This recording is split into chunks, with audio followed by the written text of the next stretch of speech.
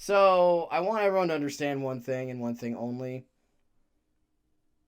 Well, joke's on you because I don't understand anything ever. Fair, fair. Hi everyone. Welcome to the Skeleton Crew podcast. I'm your host, the Almighty Stross. I almost have said my full ass name.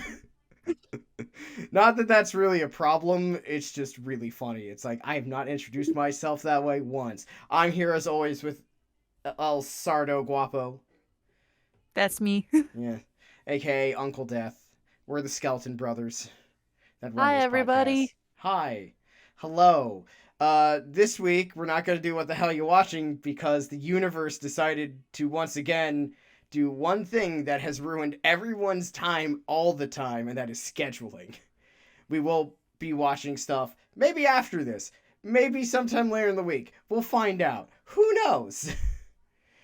Life finds a way. Yeah. As what kills every D&D group, the ultimate villain, calendars. Scheduling. Scheduling murders all of it. But today we have we're gonna start with a bit of a fun little update, not of the hentai bike, but of something equally lewd sounding. I Mm-hmm. found the world's lewdest power statue from Chainsaw Man. That's power from Chainsaw Man. I sent it to you, and everyone who saw it was just like, "Oh my god, this thing is horny." It is exceptionally horny. And I saw an interesting little tidbit on there that they may or may not have modeled it off of a very specific cosplayer and not really given any credit to that cosplayer, at least from what I've seen. How does I don't know. one? Okay, this leads to a very interesting question. I will ask it to you, my good friend El All Swardo. right. El Mm-hmm. Swardo is your alter ego where you have a sword. And I also have a luchador mask. Well, that's just all the time, clearly. But if you were to, do you want to be credited like that? Mean, it's to be fair, she did provide like a picture that it looked like it could have been modeled off of, and it's like if that's my work and I am willing to put that out there, then it's like yes, I would like some credit. Okay, that's fair. It's like Because I'm like, I would. I was thinking about the copyright implications of that, and I was Yeah, like, that's where it do gets I sticky want to because like copyright my ass? I'm not a country lawyer, but I am very simple, and I'm not really sure what the logistics of that are. I Yeah, I don't know how any of that works, but I thought that was an interesting tidbit, but my God, that statue. so, to explain, if you don't know who Power is from Chainsaw Man, look her up. You'll figure out what she looks like. But it's her standing straight up, like confidently going ah. But it's like she's just wearing a shirt, and then her undies are like jammed up in there, so deep, As the kids say, whole pussy very nearly out. very nearly out. Like that can't be comfortable. And I don't got those parts, so I wouldn't know. But I'm a it is very uncomfortable. yeah, like the way I put it is, if it's that deep in the gooch, You're it you're can't you're be comfy. you're also running the risk of some infections, and those aren't fun. But I mean, Power's an anime girl, so I guess she doesn't have to worry about those things. She But also isn't human, so she also might not have to worry about those things. the other thing that I find so funny about like I mean, anything that's like fan servicey and power related in general, but also especially this, because power canonically is nasty, and I don't mean like nasty. I mean she doesn't flush. Okay, She probably doesn't wipe her we ass. should really explain. When we say Power is disgusting, we mean she is a gross person to be around. She apparently discussion on the statue on the Chainsaw Man subreddit led to someone said they were at a panel where they had like a scratch and sniff aspect for the series because of course it does, Of and course. because Chainsaw Man is wonderful and insane. But he was describing the Reddit user was describing the smell as like the worst kinds of body odor mixed with strawberry. We I love think Power, but when when I was a young person, I got like a it was a book based on Shrek, but it was also Scratch and Sniff. And I feel like it would Power would smell something like that. Yeah, basically, Power is not clean. She's disgusting and we love her. Yeah, exactly. Also, I looked more up like the statue on the website, and it shows like the whole thing. And yes, it goes full nudity, which honestly, Of full course. full nudity somehow feels less horny than like the preview image with the underwear. I mean, really, there's no sense in being coy about it at that point. Yeah. With that said, it's just really funny, and we needed to mention it because it was incredibly horny. And like horny anime figures aren't new, but this is one of those ones where it's like, wow, this is very horny. Also, it's funny that you mention and correct me swiftly if I've already mentioned this on the podcast, but there was a very important update on the hentai bike. I believe you ran into the person, right? I Yeah, I know you mentioned this on we the podcast, and I know it's probably still with you. the hentai bike has an owner, Yeah, we and I saw them. if you weren't here the last time we talked about the hentai bike, we're pretty sure the owner and he or they, we don't know pronouns, we're not We going to don't judge. know. Uh, Probably thought about buying the statue if said person reads Chainsaw Man. I understand if you don't. It's not for everyone. We will talk about it one It, day. but it was a surreal experience. I have now seen the mysterious owner, and they also have a bag that matches their bike. Yeah, you definitely talked about this before, but I feel like it's relevant to remind people I that I don't know if I talked about it on the podcast, but yes, thank you I for. think you did, but Okay. the point is, it's relevant to the topic at hand of this incredibly horny statue that's apparently 1/6 scale. I, I Oh my. I'm curious about what 1/6 scale is to what. How tall? I mean, usually anime and manga usually actually list how tall characters are, so actually that is a bit more doable.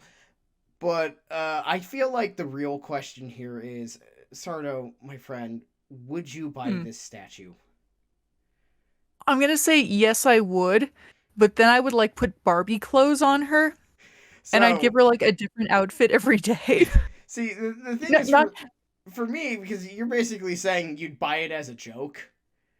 oh, I mean, it's one of those things where it's ironic, but it's not ironic at all. And also just like I wouldn't dress her up because I'm ashamed of her nudity. I would just dress her up because I think that's what Power would want. I mean, my argument is Power is the type of person who would definitely pose suggestively like that for funsies and to fuck with Yeah. somebody. But I don't think she'd be stuffing it up her gooch. Also, we're pretty sure she doesn't shave. Like I'm sorry, like Power body hair is not uncleanly, but Power is rife with body hair and it is full of lice. She is. When we say she's gross, we mean it. She nasty. She is named her eyelash mites. If she has them, I don't know. It's fiend biology is something we don't really have any knowledge of beyond minor stuff. So who knows? I just like to assume. I don't know, but yes, I would buy the Power statue if I had the funds for it. I absolutely would. And no, it would not be ironic. You heard it here first, folks. Text us your credit card information to let us buy the Power statue. GoFundMe, help Sardo buy the Power statue. To buy the incredibly horny Power statue. Do you own any like anime figurines or anything like that? I do not. I I've I don't either. So I want to it's make just this abundantly clear. This is not a judgment for either of us. It was just a curiosity. no, it's just it was one of those things where like, I'm not saying that it's like I don't own any like I'm above that. I just it's They're I'm expensive. very poor for one thing. Usually the thing is the really like actually good ones are usually extremely expensive because And it's like they're like vinyl and they're very well made, extremely detailed. I own one. I own which one? one. I have like a Guts figure, but I bought that off a friend, so I got it for cheap. Nice. It just kind of hangs out. Like there's several. Like I'm also not a collector of like figurines. That's not what I collect. Z, my spouse, is the one who collects all that stuff. Excellent work, Z. Yeah, Because I mostly. mean, I think some of the figures are really cool. Oh yeah, Z. It's not. It's mostly comic book stuff with Z. Mostly Captain America, but it's like I'm not really like I have another one that Z got me. That's Solaire from Dark Souls. Kind of Hmm. sits up in my in our Praise like. the sun. Yeah, he do, but he sadly doesn't stand up very well. Because it wasn't a very expensive one. Anyway, I don't know. I'm not really a figure collector. I'm not either. I do own an anime body pillow, and I know who this is of. I mean, it's because you told me, but I had it commissioned. I yeah, I know. It's of a 60-year-old evil man. when He's wearing his Sardo, shoes. yeah, when Sardo said when this podcast began, I like old men. That wasn't a joke. That was real. If any of you know Matsunaga Hisahide from the Samurai Warriors franchise, it is of him. The art is very good. It is a thoroughly evil object. It's cursed. Anyway, not to rag on Sardo for this, it's just kind of funny. No, rag on me all you want. Oh It's no, I could. I don't have space for a body pillow. I don't sleep in a way that requires a body pillow. But if I did get a body pillow, I wanted to be something absolutely absurd, much more absurd than that. okay. Do tell. No, Jeff Goldblum is too ironically normal enough. See, It needs to be like a Dennis Quaid. There we go. Bobcat Goldthwait. Yeah, exactly. Someone like those two, like Dennis Quaid. Like okay, But okay, here's the question though.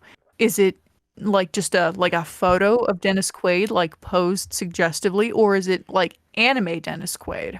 yes, it's two That different tells me pillowcases, nothing. one of each. One on each side. Yeah, exactly. Beautiful. Anyway, that's just how we're starting today. Let's get on to our true topic at hand.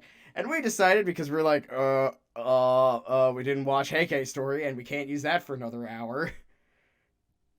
We're not apologizing. But we decided weird games that we like. Yes. Because we all play weird, odd games all the time that we like, or played some of the times that we like. I love weird games. I I do like them too. very much. And we're not talking about like your normal weird games like Katamari, which we do like. I do like Katamari. That this is Katamari's classic. I yeah, it's mean, Katamari's not a weird game. It's a distinguished game. well, I think it's gone past being weird anymore. We're just used to it. Yeah. But when I think about weird games, I think of Max Gentleman's Sexy Business. Do tell. I have never heard of this game. Okay, so Max Gentleman's Sexy Business is where you play an extremely rich aristocrat in the UK in a very Mhm. sexified time where you get your fortune stolen. You have to earn it back by doing business. And business is taking over other companies by. It's one of those. What are those games called? Hold on, I'm gonna. It's it's not like Cookie Clicker. That's not the right one. I'm trying to think here, and gonna go to the store page to figure it out real quick. That's it's one of those simulation ones where you run a business and you watch the meters go up. Mm-hmm. So what makes this game great is that you just make your gentleman or gentle lady, and then you get recruit people to join your business Yeah. board, and you do business. But it's So sexy. hold on a second. So you're saying that there's like a character creation element present in this? Yes. Hold on. I'm gonna send you the. I suggest you look it up real quick, and I'll So keep it's you. it's kind of like in Fire Emblem when you build your own Robin in Awakening. You're Sort of, assembling your yeah. own You make your sexy gentleman gentle Sona. person. You make your gentleman Sona, and you pick your pronouns. And you go Uh-huh. in, and there's all these people. There's Max Gentleman. There's Hmm. Pip Whipple. Yeah, these you're probably gonna tell that all these names are terrible puns. And the way you do business is you meet out in the park and beat people up. Is there any other way to do business? Nah, not when you try to plan a hostile takeover. And it's like it's hard to really sell to describe it, but yeah, yeah, you make friends with your coworkers, and you get to see them in the nude, and you also get pictures and magazine articles of their adventures, their Of sexy course. adventures, and there's many of them. You should look this up if you're not typing into your search bar right now, I am Googling it as we speak. because this game is silly. It is not very serious. Oh, it's beautiful. It is up your alley. Oh, that is delightful. Yep, and You know what? I'm feeling the art style too. Like the art style is charming. it's fun. It's goofy. It's I've officially beaten it recently, as in I beat the hardest difficulty. Well, congratulations.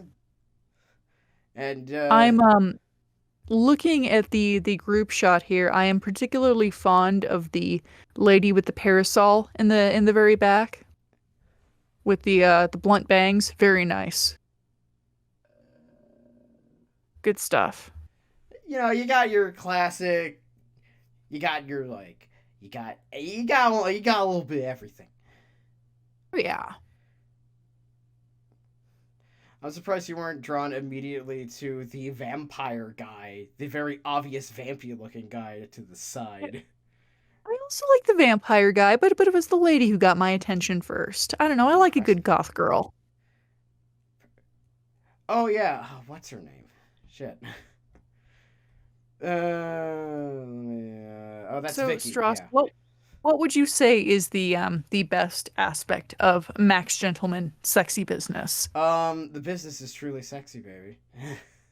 It is not false advertising. There I is would business and say, legitimately though, what makes it very fun is that it's a very clearly not serious game designed with the idea of it being goofy and silly what and you're talking dumb. about, Stross. This looks like a very serious game to me. Well, it is very serious, but it's also sexy. It is. It's very sexy business. I'm gonna have to play it sometime because that does look delightful. It is. Definitely, it's a game I would love to stream, but as you could probably tell, I'd get banned off of Twitch so fast. You think that Twitch would have a problem with Max Gentleman's sexy business? Not with all the nudity turned on, anyway. Maybe I turn it off, but then what's the point? There is none. What's the Then point then of it's just what's the point of playing a game if we can't have our bits out? it's just Max Gentleman business. Yeah, and it has to be sexy. Ah. So I guess if we're sharing favorites, I mean I hope this one counts because it is the game that I pulled my current online handle from. But Let It Die. And I think anything by Suda51 falls into the wheelhouse of a weird game to some extent. Yeah, I'm as someone who's also played Let It Die. We both were playing at the same time at one point. Yeah. I would say Let It Die is on the scale of weirdness that Suda51 is capable of, not his weirdest game. Oh, he's not at his full power here. But you like it, and I know why, because there's a very specific uncle of death involved. There is a character, an NPC who helps you out. Maybe your enemy, maybe there to help you, who knows. His name is Uncle Death. He is a Grim Reaper with funny sunglasses, and a skateboard, and his scythe turns into a golf club, and I love him so much. I also forgot to mention Max Gentleman's Sexy Business is also fully voice acted. Oh, wonderful. But yeah, also uh, Let It Die is a Souls like. It is a Souls-like, which means I'm very bad at it. I didn't play it for very long. I know I played it for quite a bit. I got relatively far. I don't know what the end is. It's a free to play one, which is kind of the weird part about it. Yeah. Like, and I say this as somebody who enjoyed a lot of aspects of the game. Let It Die is not a very good game. No, I mean, Um, I remember it like played well, but like the free to play aspect of it kind of made it like, what's the point? but I mean, if you're going to dive deep into the juicy supple world of Grasshopper Studios Suda 51 games, don't start with Let It Die. No, do like Lollipop Chainsaw, which is also weird, but Lollipop Chainsaw is delightful. also a bit more on the normal side. It's yeah, Lollipop Chainsaw is kind of like it's the very average. It's if the Suda 51 games were dudes, Lollipop Chainsaw would be named like John. John, It's but it's spelled weirdly. Like it's like, oh hi John, and then you see his name spelled out, and you're like, what? why you have two N's? Ex- but no H, just JONN. So like Martian Manhunter. Yes, and then you're like, oh, are you named out? Do are your parents comic fans? And you're like, no, they hate comic books, No. and you're just like, okay. But Lollipop Chainsaw is a good one, I think, too, because it's also like if you like music at all, it's weirdly kind of one of those things where like it's got a bunch of references peppered in for no apparent reason. Yeah. Good stuff, very fun. But peak, maybe not peak weird, maybe a little bit, but like weird in a way that works. Please for the love of God, play No More Heroes. Which one's Like one, two, or three? all of them. Like they're all good. Like even like Travis Strikes Again, which was kind of like the weird outlier in that the gameplay style was very different and it was a whole different thing. Still very good. At least listen to the soundtrack. But I'm always down for you that. you get to play as the Travis Touchdown, the man, the myth, the legend, modeled heavily after Johnny Knoxville. Yeah, He is that's true. By the way, it's true. It's I know true. that. But he is an otaku who picks up a beam katana off of eBay essentially and decides I'm gonna become a professional assassin because killing people's cool. And he does, and he's actually really good at it. It's And and you get to the funniest parts is we're not mentioning like shit like Killer 7. oh see Killer 7. That is I think that's Suda at like full energy. Yeah, that's back from like the early 2000s where you could like Also, just do a weird game like that. you can play it on Steam. It was I think one of the few M-rated games for the GameCube, Yeah, it's which up was there fun. with Eternal Darkness and like the original version of Resident Evil 4, which remake is coming or out. No, I don't know. Hey, I'm still I mad think at it's out. I'm still mad at the remake because they censored Ashley. They hit her Aw, ears. Her no. ears. They nerfed her Yeah, they ears. nerfed her ears, and I'm still mad about that. Those bastards. Her big elephant ears. For those of you who know, you know. Oh, and Resident Evil Zero was also on the GameCube. Yes. That one's But Killer 7 was a rail shooter, very weird and one. you you play as an assassin who is several different assassins. There's a lot of assassins in Suda games. You better like them or just get out because you're gonna have to deal with a lot of them. Hmm. But it's I'm gesticulating wildly because I'm trying to think of how to describe this game. But you basically play as the multiple fractured identities of one hitman. One of them is a luchador with a grenade launcher, and he's the best one. Um, and you have to deal with this terrorist attack from these creatures called Heaven Smiles, and they're very upsetting to look at. They're really good. I like them. The the limited GameCube graphics are used beautifully because It it's got the whole cell shading yeah, thing going on. it's cell shaded. I never played Killer 7, but all I could know is there's always time for dancing. There's always time for dancing. It's It's Friday, man. Friday. Yep. Which is the other "It's Friday" meme that I sometimes retweet. The other one is Yakuza, which is weird, but not the type of weird we're talking about. We're talking about, like, no, this game is strange and its concept is odd, and I'm not sure why it was made, but I'm happy that it is. There's a good chance that Killer 7 might not be your thing, but There's a good chance that Killer 7 might not exist and we're all just fever dreaming. could be. But it is available on Steam, and I think that if you buy it, you also get like the full soundtrack and some other stuff. So it's pretty cool. It's pretty cool. Another game, now that I'm thinking about it, from my childhood is did you ever play any of Jet Set Radio Future? Yes. Because Jet Set, so I never played Jet Beat Radio, which is the first one. Mm-hmm. Because that was on, I didn't have a Dreamcast growing up, that's my cousin's. But I did have an Right. Xbox, and that came with like the Xbox like driving game, and that was on a double disc. And I beat Jet Set Radio Future. Like, legitimately. I beat that game. Kick ass. So I, like, know how it ends, and it's so weird.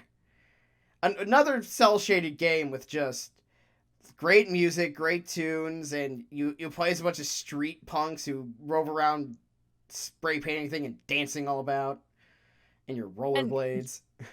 Jet Set Radio is extremely style. Yeah. It's very style, the music style, the whole thing style. It just it oozes style. More recent game that I really enjoyed. This was released back in 2022. Mm. Independent game called Who's Lila? Have you ever heard of that by any chance? No.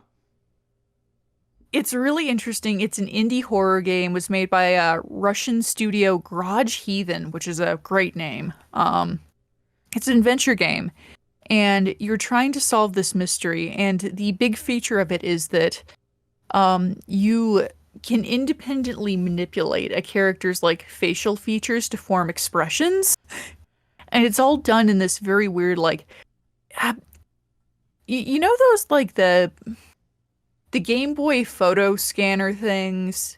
Yeah, I I remember them. it kind of reminds me of those, Mm-hmm. but it's weird. It's very David Lynch, There's and a it lot of, I find that the biggest areas for weird games is either indie games made in the past like 5 years, or like yes. were made 20 years ago when game development was a lot cheaper. Back in the day when you could really have fun with it and get real weird with it. Well, like Mr. Mosquito. Yeah, Well, I mean, in fairness, the reason why you were able to do that was because making a game was a lot cheaper back then. it was. I'm not sure if you've seen the graph. A friend of mine shared the graph in a different Discord server, where it was like the Mhm. difference in pricing went up by like tens of millions. Ah, here it is. I'll send it to you right now. This convenient graph that I have. Here's this convenient graph. Look at this That shit graph. was so much better when any freak could make games. Yeah, back when you could just make games. Like, to give you an idea here, back in like the GameCube era, games cost about $3 to $6 million to make, and now they like once, and this is just when the switch to HD happened. Yeah. It's like, as you could see on this graph, it's like 17 to 20 million. Oh, this is depressing. Yeah, that's why a lot of the weirder games died out until the indie And boom here started. I see the graph going up, and all I can think of in my mind is Stephanie Sterling's mocking wave saying "Triple-A games." I mean, in fairness, God, fuck those guys. from what happened was it's really rendering time, Mm-hmm. and like the thing is, the reason why weird games used to be like in abundance in the 90s and early 2000s was because like stuff only cost like a few million to make to hundreds of thousands. Right. And then things got like stupid expensive once like you had to render for like 5 times the amount of time. That's why like the 360 era is the death of all the like really strange odd games from the PS2. Like, oh yeah, sure, we can make a game about Minamoto no Yoshitsune and call it Genji. And, have a large enemy crab. That's the game where the large enemy crab meme comes from, by the way. Oh shit, that is the one. Yeah. I've forgotten that. This That large takes me enemy back. crab. Giant enemy crab. Attack is weak point for massive damage. Those were the days. Yeah, it's E- why. Every No, no. everything from my youth is great, and everything new sucks. Not actually, but sometimes it do. It do be like that a little bit. It's more of like, luckily the indie space grew in like the 2010s, so like weird shit can exist again. It's like because like when we're talking about weird games here, like it's not a cheat to be talking about indie games, right? No, well, I find it that you have to use indie games as like the case in point, because like the problem is when games started like being tens of millions to hundreds of millions of dollars for investment as like a product, it stopped, like, weird, just crazy weird shit stopped being produced. Why? Yeah, Because it's expensive now. and it's not profitable. Can't turn a profit making the weird shit. I mean, in fairness, a lot of that weird like, you know how much like the original Dragon Guard made? Like barely anything. It made like, Oh yeah, it sold like a few 100,000 copies, but like a couple 100,000 copies. Like, let me ask you this: how much do you think Persona 3, which is the first modern Persona game, sold? uh-huh. How many do you projected? More than the first Dragon Guard. Well, probably. Well, actually, how much? I'm gonna look at how much Dragon Guard sold for. So you take a guess and number. Um, I don't know. Probably not especially, but like maybe like probably not compared to the other Persona games. Well, okay. Let me rephrase this. Okay, hold on. This is I'm Also, yeah. Dragon Guard. Okay. I just looked up the number. The Mhm. the sales of the original Dragon Guard was like 240,000. Okay. Which for the PS2 era is not bad, because the original Persona 3, the first modern Persona game as it's called, sold about 260,000 copies. Really? Well, you have to remember, Persona wasn't a brand yet like it is now. Yeah. This is that one was like the proof of concept. It did well enough to get a re-release, and then Persona 4 was the first one to blow up, which that sold over 1 million, which is That's incredible for a PS2 game in 2008. I do have to say, 3 was like go a ahead. year old by then, so that's actually kind of incredible when you think about it. It is something. Yeah. Hey, great games find a way sometimes. Yeah.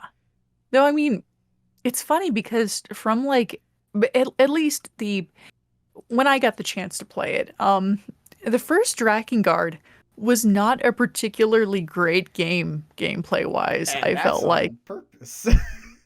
And I understand that, but like the first time I'm playing this, I'm sitting here like, wow, this is kind of bullshit actually. That's a lot of that's like the original Nier, which sold about like 700,000 copies or so. Yeah. And then Automata would sell 1 million, and that's like, wow, Yoko Taro is finally hitting it big. He sold 1 million copies. But also like that's quite the feat from a man who like seems to and I say this with all love for Yoko Taro and respect for his craft because I know he's doing it on purpose. Man seems to kind of hate his audience. And good on him for that because the audience is stupid Yeah. sometimes. No, have you ever watched the video of his on the philosophy of violence in video games? Yes. Cuz that's like Love that. that if you ever want to have like the most weird existential thought process on video game violence, go watch in the lead up to Drakengard 3. Yoko Taro does like a preview where he talks about sort of how his thought process of how violence is used in video games and informs of his idea on violence in general changed from Drakengard to Nier, and then Right. B, and all while A, not being on camera, and B, using a puppet. Uh, I, which lo- which if you know Yoko Taro, this is very normal. I love him. I do I too. love him very much. Yeah, he's wonderful. I hate him a little bit, but I love him. It's just that like it's such a weird video because it's like it goes places you're not ready for, and it's actually very thought provoking, which is kind of Yoko Taro's thing. But you're just like, huh? It's a tiny bit reminiscent of the one interview with David Lynch. Eraserhead was actually my most spiritual movie. Would you care to elaborate on that? No. Only difference is you are elaborated on this, and it somehow it helps, and also just makes you go, Uh-huh. okay. I mean, he brings up 9/11 unironically, and it makes sense. And you're just like, I'm being told this via puppet. I, I can you imagine being in an elevator with this guy and like trying to make small talk with him? It must be fascinating. I would love to do that. I would love to pick his brain for like 20 minutes, just to I see would what, too. would happen. And also, Yoko Taro's games are also weird, but they're not weird in the when we mean weird games, we mean games that are unconventional. And Yoko Yeah. Taro's games aren't necessarily unconventional. They're this he makes odd games. I think he takes the tools of games that are pretty straightforward, pretty easy to understand, and he does something real weird with them. Yeah, I would say the difference between like when we say odd games, we mean a game that's just like the very inherent premise is weird. Like Yeah. when we say Nobi Boy, which is by the guy who did Katamari, which is just kind of also very weird. Like Katamari is a weird game in premise, at least initially. Like it was super successful, so it's not really weird anymore. But when it came out, it definitely is a very odd game. With I the see, and I remember like kind of seeing the process of Katamari, like, wow, this game is really kooky, and then going from that to like, this game is actually just really charming and nice. oh yeah, no, that is a comfort game in my opinion. It is, majorly. At times, not some of the challenges. Some of the challenges are unfair and cruel. Some of it is very stressful, and I do not care for it, but I love But Katamari the overall. general vibe of Katamari is very charming. But it's like the original idea of it is weird, but it kind of evolved past that. Like something like Max Gentleman's Sexy Business just makes you go, huh? It's very much its own thing, and it's content to be its own thing. Yeah, exactly. It's just when we mean weird games, we mean games that are like outwardly just like this is what we are, this is what we made. There's nothing. It's like that's why I didn't bring up any fighting games because I could bring up a bunch of fighting games, but in the end, when you strip past all the weird paint and like blacklight posters, it's still just a fighting game deep down on the It inside. it's got a good solid core. Like there might be some weird toppings, but it's just beef stew deep down. Like deep down in the end, it's all just Street Fighter 2. Yeah. That's not a Now, joke. No, it all comes back to the World Warriors, baby. But yeah. now we're talking about indie games, Mhm. Stross. I want to talk about an RPG Maker game. Oh yeah, go on. And now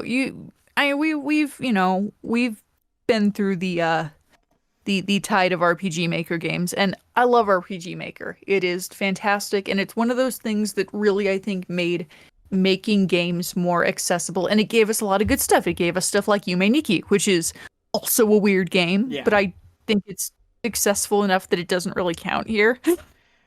I think it I also mean, gave us a different, very also interestingly weird game, which is Lisa the Painful.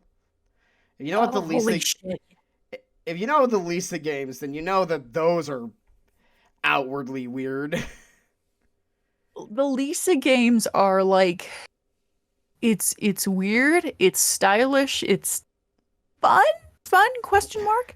Um deeply distressing, very painful. not Aptly so. not the funnest evening that you're gonna have. It's like rolling up to a friend's house with a pizza thinking you're gonna have a great time and that friend coming out into the driveway and just beating you to death with a brick. I was gonna say it's like being Danny Glover. No, not Danny Glover. It's Donald Glover. Donald Glover. It's like being the Donald Glover gift from Community, where he just comes in with the pizzas and everything's on fire. One person's on the ground with their leg broken. Yeah, that exactly. Yeah, it's like when we say like the whole point of the reason why we're talking about the weird games we like because there's just like the indie boom has created like oh here's a niche for your weird ass game that cost you like a few $100,000 to make or maybe even less. I mean, with some of the RPG Maker stuff, it's like literal maybe hundreds of dollars. Yeah, and or like something like with like I don't want to bring up visual novels because like I mean first things first, whether or not visual novels are considered games is a completely different topic. I know some people who say yes they are games. I know some people who absolutely has no idea who are like no, it's not a game. Which actually leads to So, me a question for you, Sardo. Do you think visual novels are games? yeah, I think they are. Fair enough. I've always been on the fence because I think it depends on the visual novel. Because there's some Yeah, visual I mean, novels where like not a lot happens in it, and there's like very little like actual like input choices. right. That one doesn't count. It's like you know about Kotawa Shoujo. You're old enough for this one. I I surely do. Well, you know, it's like how because that game was written by like 10 people and each one was doing their own routes. It's like how one route had like a choice and then another route had like 20. Yes, And I am familiar. yeah, and that's how I view visual novels. Like the ones that are games are the ones with 20 choices and I actually put some thought behind it. Because if it's That's fair. That's if your visual novel has like two choices in it, is it really a visual novel or is it just I'm watching your story with anime graphics? yeah.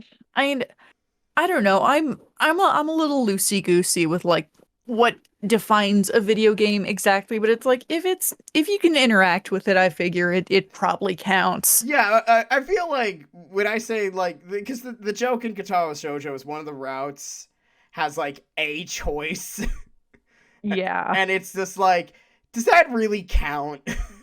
I can understand the distinction. Yeah, it's But like I do believe it's like there has to be a level of interaction, and if your interaction is very minimal to the thing, then I might as well just be reading a story like a picture book.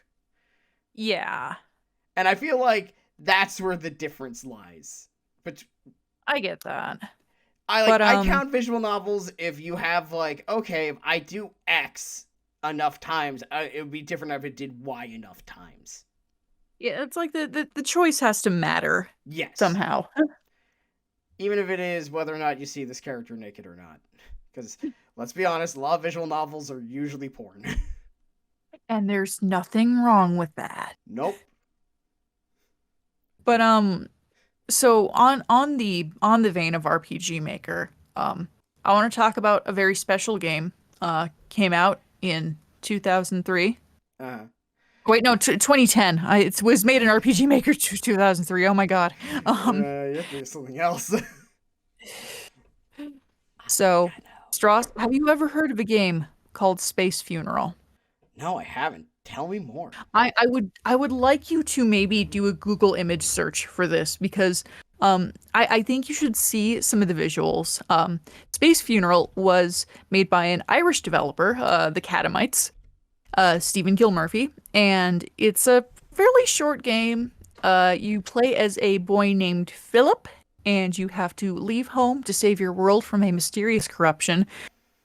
It has a leg horse and a Dracula, I. and This looks weird. it's it is magnificent. It is Oh, one of those this games is. that's like because I.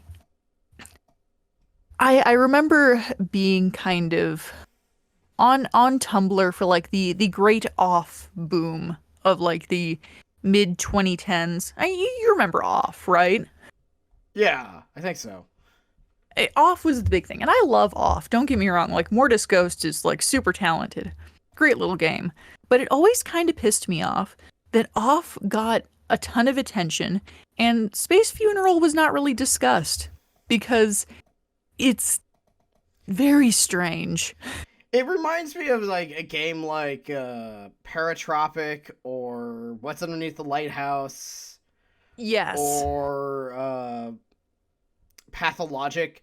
Just a weird game made in Europe It's, with a you know, small team that just makes you go, uh, "What is happening?" and I think Leghorse is one of the most exquisitely designed creatures I've ever seen in my life. I know what Lake Horse looks like, and I'm not going to describe it to any of you. You I'll let you look it up yourself, audience. It's better that way. and here's a fun little hint about what Leghorse looks like. Look at the name. Yep. I can assure you, you're probably not fully ready, but you will be. It's just it's such a strange little game and I like it very much. It, I just think it's delightful. It's one of my favorite things to come out of RPG Maker, and it's one of those things that kind of makes me want to make games at some point. Yeah, I mean, I would love to make games, but I'm also not sure what the hell I would make, so I don't know what I'd make either, but I love it. yeah. And I mean, and the writing is great too. I love it. Shopkeep goes, all this worthless shit at low prices. Can you afford not to buy it? It's just a Hmm, terrific game. yeah. I think really when it comes to like weird, odd little games that have come out, there are many now. There used to be many back in the day, but there are many now, which is great. Because now people are feeling if you want to find some like weird odd games from like the early 2000s, you know who's a good person to ask for that? Do you watch Ooh, Mandalore Gaming? I love Mandalore games. then then you know exactly what I mean when I say who's a good person to ask if I want to buy a weird ass PC game from 2002. I have Mandalore. fallen asleep to a few of those videos. And I think that is the highest badge of honor I can confer onto somebody who makes videos. I agree. Uh, He makes some fun videos about just like because there's so many people who talk about games and so it's nice. My favorite part was when he did Kingmaker and mhm. it got to the Darvid side quest. I'm like, oh god, no. Bite the bullet. Oh, And that's right. This coming Sunday of the for when we're recording this, I'm going to be starting Wrath of the Righteous its sequel. There is no Darwin yay! moment. There is no Darwin. Thank God. There's no moment where you have to deal with somebody's OC.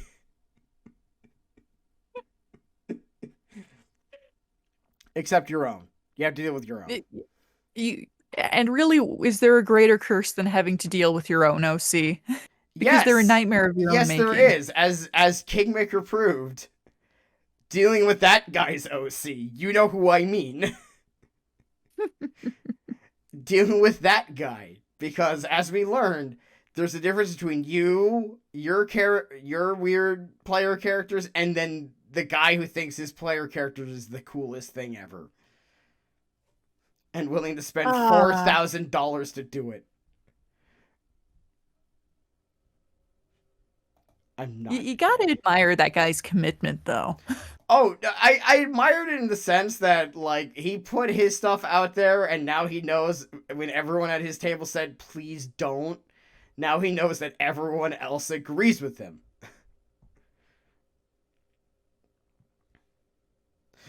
Good for Uh, him. but yeah, those are weird games. We like weird games. Love weird They're games. not always fun to play, though. I mean, I feel like the enjoyability of playing the game comes secondary to a lot of this stuff. Like I said, first Drakengard, absolute kick in the dick to play, and I mean, and that is by design. Yeah. But Hell, even the first Nier wasn't exactly the most fun game to play either. Like, there's it's no like, way to aim. see, these kids. I love Automata, but these kids are so spoiled on their robot wife games because they don't know how good they have it now. They don't understand that Yoko Taro's game design philosophy was superseded by Platinum being like, I feel like this game should be able to be, fun. It's just, And Yoko Taro's like, "Fuck you." no, no. Oh no, you still can break their hearts. Okay, I'm in. You son of a bitch, I'm Alrighty. ready. And it's like, Uh, and that is the thing really about the early Nier and Drakengard is that they're not meant to be enjoyed. I mean, they're really, not. any Except two. rube We can don't talk about enjoy two. video. Two never happened. Two does not exist. We don't talk about two. I love Two. that. It's my favorite thing. Like, because sometimes a game or like an entry to a series is like people pretend it doesn't exist. This case, all the Yoko Taro fans like never happened. I've never I don't. I've never seen anything from two, which should tell you something. I, it's there's a lot to unpack there, and I mean, I mean, the three main wasn't exactly high art, so like. in fairness, a main reason why people pretend it doesn't exist, for those wondering, is because it wasn't made by Yoko Taro, so it kind of doesn't have the whole thing that makes the first one good, anyways. Like, yes, let's take the guy who made this first game so memorable and just fucking boot him. Yeah, but yeah, those are some of the weird games we like. Max Gentleman, Sexy Business, Katamari, which we count. Uh, Like Let It Katamari. It's Die, Killer 7. Play those I'd games. say play Killer 7 before you play Let It Die. I mean, ideally don't play Let It Die, just watch all the cool scenes on YouTube of Uncle Death and also of the boss battles Hmm. because those are very well like animated and stylistically neat. Just don't play the game. Yeah, that's fair. There's so yeah, that is that. I guess we'll call that an episode. So Uh, I'll be playing. I'm gonna be doing a preview for something that by the time this comes out will already have happened. I'm gonna do it anyways.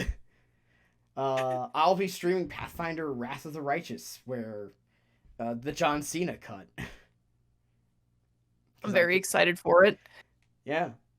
So you can follow me on Twitch at Almighty Stross, twitch.tv/twitter.com.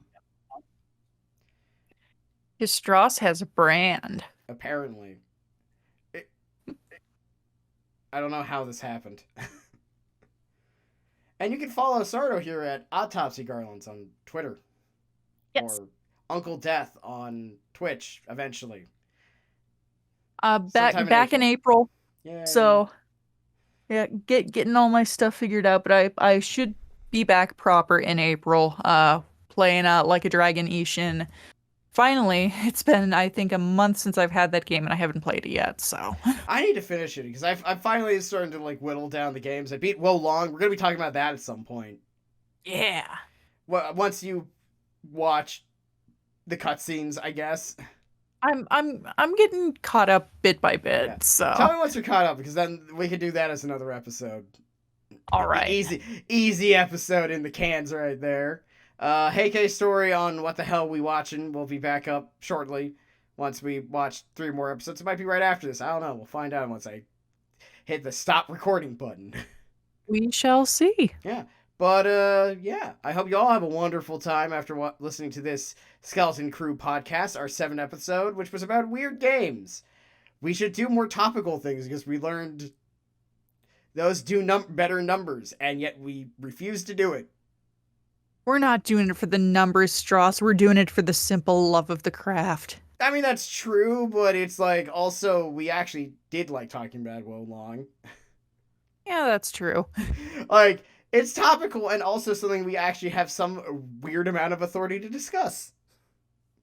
Still Doesn't more happen stuff too like often. that. Doesn't happen. Go play MLB The Show 23 and specifically the parts about the Negro League stars because that's been actually really neat. Interesting. Yeah. Well, until next time, I am Uncle Death, and it's been good to be here. Yeah, and I'm Almighty Stross. It's usually good to be here. I haven't been feeling super great the past couple of days because apparently disease is evil.